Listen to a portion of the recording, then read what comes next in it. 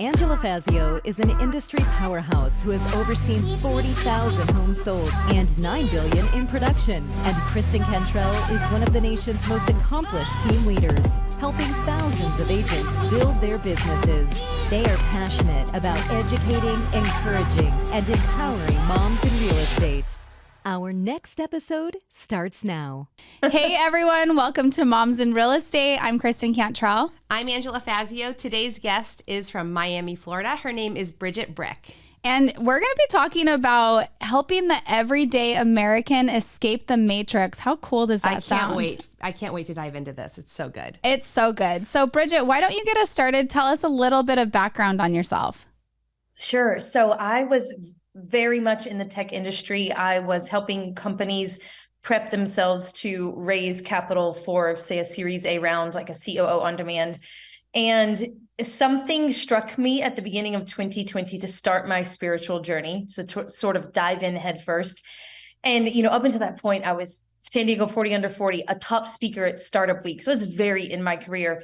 And I just kind of let it all melt away in the pandemic, went through my spiritual awakening journey, and then popped out on the other side in an industry that, interestingly, I had done while at university. So I had worked in the mortgage industry at university and for a short year right after graduating college, and then abandoned that, went into the tech world. And now I found myself coming full circle back to this industry. And I really found my heart in what I do. And so, there's a whole gamut of routes we can go down to talk about how it helps you escape the matrix. But I love what I do. And I'm back in the investment property loans industry. You guys, I can't wait for you guys to listen all the way through, because this story absolutely captivated us, because her description of her life before and after is like, it's a dramatic change from, and I think you described it like, we lived the perfect life. I had the perfect husband. We had the perfect careers. We even had the perfect dog, but you were both super unhappy. So tell us a little bit about that. Yeah. So if you are into and understand spiritual awakening and healing, what you'll find is that you have patterns that were installed in you in childhood that you carry throughout your young adult and adult life. And the pattern for me is I needed to do something to receive love, right? And so it was my father who was emotionally unavailable, which is another story. So at the time, just because he wasn't in touch with, he didn't have the tools he needed, right? And so he was emotionally unavailable. And so what I found is every time I would achieve something or do something or be the best at something or win an award, then I would receive his attention, affection, all of those things. So I was a very performative child. I mean, I was class president. I was number 8 in the class. I was in 15 clubs in high school. And then at university, I worked 30 hours a week doing mortgages while also graduating summa cum laude, while also working out 2 hours a day. Like everything was just tight and perfect, right? So it is very planned, controlled, scheduled, I'm on it life. And, the person that I married was the first person I ever fell in love with. It was, going into university. So I dated him all through university. We got married after. He was a Navy SEAL. And so, on paper, perfect. And, we have this great life where I worked so hard at university to get the perfect job. And the perfect job to me was pharmaceutical sales, right? So you work from home and you set your own schedule and you have a company car that's paid for and your cell phone is paid for. And so then we bought a house and we remodeled a house and we had a dog together. So we raised a dog, and from the outside looking in, it was very perfect. And we're both from the South. So that is a very normal life to date someone through university and get married right after, to get married young. And I even remember having a moment where I'm like, the furniture I picked out was based on what I think they right, like from back home would like, but it's not even our style. And I just dawned on me, okay, why don't we go get furniture we like? And just everything was very planned and perfect and seemed perfect from the outside in. And just the longer we were in that relationship, it was a trauma bond, if you know what trauma bonds are, because trauma bonds sort of trigger your spiritual awakening and healing.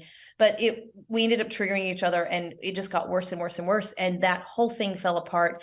And basically my whole life, I tore all of my life down. I quit working for corporate. I started working for startups, which is how I got into the startup industry. And yeah, it's just a wild picture or depiction from what you're told is perfect, and you go achieve all those things that you think are perfect based on what society said, or this group of people or that group of people. So you go do these things, and then it turns out it's not at all matching your soul or the feeling inside of your body. And yeah, so I kind of just tore all that down after the marriage, and it took a few years to find myself, but that's it's so hard to unlearn something that your whole life you've thought was true. And it's so remarkable to see you and see how you recognized it and took action. And now here you are on the other side, and you just glow when you talk about what you do. And I think that this is actually a perfect time for you to tell everybody, what is it specifically that you do? Because it's not just that you do mortgages. You do something way cooler. I'm putting the pause button on because I have this humongous question before you tell us. Okay. We're going to let you tell us that for sure. But I just know in my heart, there are women listening right this second that are like, whoa, that is me. And I didn't even know that I was living this performance-based life that has nothing to do with why am I feeling so disconnected? Maybe that's it. So you have to pause and say, what are the 1, 2, 3 things or the processes? And I know that's not a roadmap. It's individual for, each person needs to go through their own process. But what kind of started that? And what are some of the things that you did intentionally? Because you didn't just, one of the things that impressed me about our conversation we had is you didn't just drift into it. Yeah. You didn't put your head in the sand when you realized your life was, let's call it a mess, even though it was perfect, right? It was a mess. You didn't put your head in the sand. You had intentionality in your, I just tore everything down and built it back up. Can you talk a little bit into that? Sure. So the structure of our society in America does not lean into or lend to full feminine expression. And so what the feminine does, or women do, because this is moms in real estate, especially moms, is we lean into this masculine energy, this overly masculinized performance, control, outcome, doing, going, exhaustion, right? Because that is how we see things get achieved in life. And we don't yet have a balance in our society where the feminine is appreciated for what she brings to the table in her feminine energy, and the masculine is appreciated for what he brings. And in this regard, I'm talking about energy. It's mostly embodied by females, but if you have, a couple, a same gender couple, one person will embody one energy and one the other. So, I was very much leaning into that masculine energy and doing all these things and performing and going and pushing and control. And yes, I had the outcomes, but it exhausted me and it burned me out, and I kind of lost my mind. There were moments where I was on the edge of sanity, right? I maybe even dipped into insanity a little bit because I wasn't settling in my soul. And so for me, what allowed me to leave a situation that wasn't working for me was a female psychologist as I was going through the divorce. And she said, you can choose yourself. And I was dumbfounded. Like, I'm allowed to choose myself? You mean I don't have to stay in this marriage because religious conditioning says so, and I will be judged by all the people in the town if I leave, and I don't have to just stand by his side and put up with this, and you mean I can choose myself? And so that was the first moment where I was like, oh, okay, I'm going to decondition from what I was taught into choosing myself. And then in choosing myself, because it was a codependent sort of energy, anytime there's a trauma bond, there's a codependency. And so I was in that case unknowingly at the time with the codependent giver, and he was the codependent taker. And so whenever you pull yourself out of that energy, the person receiving the benefits of the other end will get very, they want to consume you. They want to be more part of you. They're kind of like an anxious attached person. And so the steps that I took were first understanding that I get to choose me and that I am first. Now, the steps I took after when I left, I did not deal with the pain of losing that relationship very well because I didn't have the tools. And so my response mechanism to negative stimuli was this sort of manic or dip into all the fun escapism behavior. And so the escapism or the fun was to the degree of the pain that I was not willing to face. And it was a large amount of pain. So if you watched my life at that time, like if you've known me for these years and you saw my Instagram stories and my Facebook posts, I was constantly doing every event and activity that there was to do. I even dyed my hair platinum blonde. I traveled to Europe for 8 weeks. I mean, I was all over the place. And then I thought, okay, this isn't working. Let me just settle back into my career. And so I launched the year after leaving my ex and kind of dealing with that insanity of a washing machine of a life. I dyed my hair dark brown, like almost black, and launched my consulting company and became top speaker at San Diego Startup Week and earned San Diego 40 under 40 that year. And so it was very performance based. But what the trigger moment was for me is now I'm single. So I'm going on, dating app and going on all these dates. And I just could not feel a connection. I literally was like, I don't feel anything for anyone. I need to just stop and do like single, sober, celibate, like focus on myself. And so that's what started it in 2020 is me knowing deep down, my heart wasn't there. And so the second key to this first is choosing yourself. And always as a woman, you have to pour into yourself first because you cannot pour from an empty cup. You have to put yourself first. You have to fill yourself up first. And underneath all those layers comes, well, you need to be able to ask for help. You need to receive help. You need to be willing to receive help because receiving is feminine, right? And so you cannot be this martyr and doing and running yourself ragged and dry and over giving because you're going to build resentment. So that's the first step. Second step is finding your heart. So for me, I started meditation in 2020. I had never meditated before. I had to Google what is self-work and figure that out. I have a feeling meditation did not come easy to you. No, because I was very I can read a book and also have a thought process in my head while I'm reading a page in a book. Like my brain is on overdrive, right? So the finding my heart was really tapping into the meditation of opening it back up because I had closed it because of all the pain, right? And so I read Joe Dispenza's Becoming Supernatural. It's the only book that could get me to meditate because it had all this logic and science mixed in with all these things you can't measure or see, which is really what that meditation is about. You can't really see or measure that, but somehow Joe Dispenza manages to do it, put it in a book, and it convinced me to start meditating.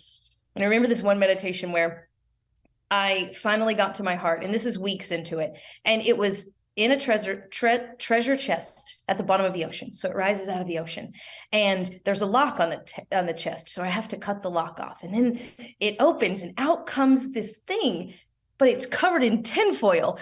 And so I had to, in my mind, peel all the layers of tinfoil. And then it was this glowing emerald ball, which is the color of your heart chakra. And I started crying because I hadn't experienced my heart in such a long time. And so that's really the second step. And we can go into more, but it's choosing yourself, pouring into yourself first, asking and receiving help, and finding your heart and really getting in touch with your heart and being present with that. I don't think anybody can be truly happy in life and escape some kind of a process. Like for me, it was Jesus uncovering himself and revealing himself to me and changing my heart. Because I was very much like you. I wanted to be all things to all people. I always had to achieve. And that, in hindsight, because Jesus saved me when I was 30 and I'm 51, right? If I hadn't had that awakening, I would be this terrible, miserable person. And I'm so glad that you got that experience of pushing that back, because we talk about it all the time. Especially women, were conditioned to perform and to be perfect and to look great and to be great moms and be amazing, perfect house people and whatever. And it's stupid. It's ridiculous. It's unobtainable. And we are going like where you feel like you watch these, guys that are able to like get up early, go straight to work all day, get home late, dinner's made. And it's like, really hard to be able to do all the things, be the wife, be the mom, be the business owner, and not feel that resentment. Like it's really hard.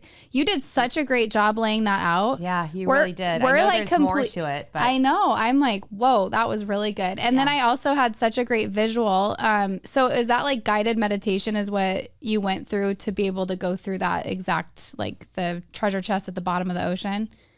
So I made that up, but he has guided meditations, I think around chapter 3 or 4, that allow you to go through each chakra, which is from the base to your crown, and really focus on that part of your body. And that's how I got my brain to center and focus on one thing instead of, meditation's hard if you don't focus on something. So you're focusing on each area. There's 7 chakras, and you're thanking it for what it does. You're giving it appreciation, and you're wishing for the greater good, whatever it is that you wish for the greater good. And then you go to the next one. And so I would do that over and over again. And one day I finally just stopped at my heart chakra and was like, I want to focus on this today. So that was my own doing, but I was ready. I had sought that. That's awesome. Mm-hmm. Okay. Now tell us what you do. Okay. So now finding my heart, I was able to get in touch with pieces and parts of my soul and my work and my purpose that I had not been able to access before. And what's interesting as the feminine is we are supposed to experience the emotions of the world and share those emotions, not in a reactive or negative way, but just the love, right? And everything you feel. And with having found my heart, I had a deep connection and desire for the good of all of humanity, right? To raise the vibration of the collective. I want everyone to experience real happiness, because I had not really experienced real happiness until these moments. And then I knew what it was. And then you look around in our society and you see that 10% of people are on antidepressants. Mm-hmm. People don't feel happiness. That's the one thing you can't buy. You have to do the work to get to it. Mm-hmm. And so with my desire of wanting deep happiness for everyone, I started to peel apart, because I still have my analytical, logical brain, right? It's been operating this way for so long. Started to peel apart what exactly makes someone happy. What makes someone happy is kind of having time freedom, having control of their decisions, having control of their schedule, having control of their family and the decisions of the family. And so, okay, how do you get time freedom and decisions for your family and control of all of those things? How are you running this in your, divine way? What you need in the structure of our society to have money. That's the unfortunate or fortunate part of what we live in, is we can't just live in this Avatar movie type society. It doesn't exist. Utopia is not here. So we still have to exist in capitalism. So there are ways to be able to get those things through the capitalism system. Mm-hmm. And so I like to explain what I do in 3 layers. One, I like to help the everyday American family escape the matrix, buy back their time, and have freedom. The how is I help your money work for you. And the what is I provide investment property loans that are easy to qualify for, because we don't look at W-2s, income, tax returns, or employments in order to qualify the loan. And these loans don't report to credit, so they're not counting against your debt to income or borrowing power. Wow. That was very succinct. Well said. Well, I'm not shocked after the last part. You were like holy moly. Obviously, your mind is very methodical. Know. It is, because just like ours. Oh my God. We're like just like shoot from the hip, and you're like 1, 2, 3. Like, that's why I'm like this.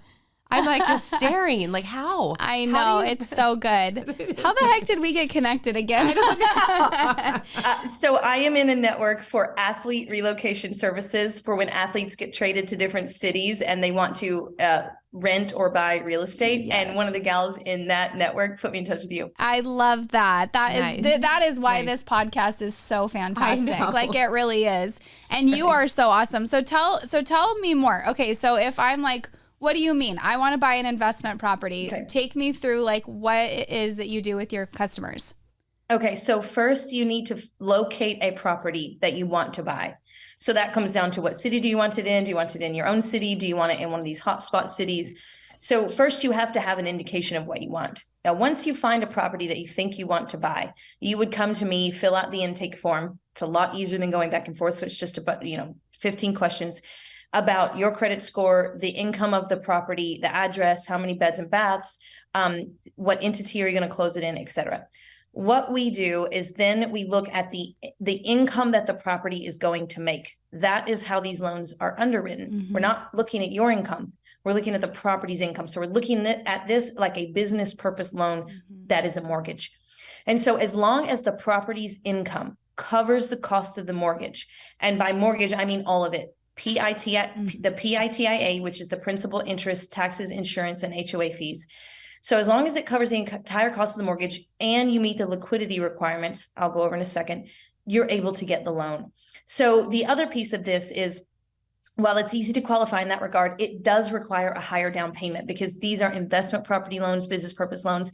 So they require at least a 20% down payment and 6 months of PITIA reserves. Now that money is not escrowed, but we need to know that if you can't get it rented out on, whatever platform, whether it's a long-term lease or a short-term lease, that you have 6 months of payments somewhere that you can make the payment.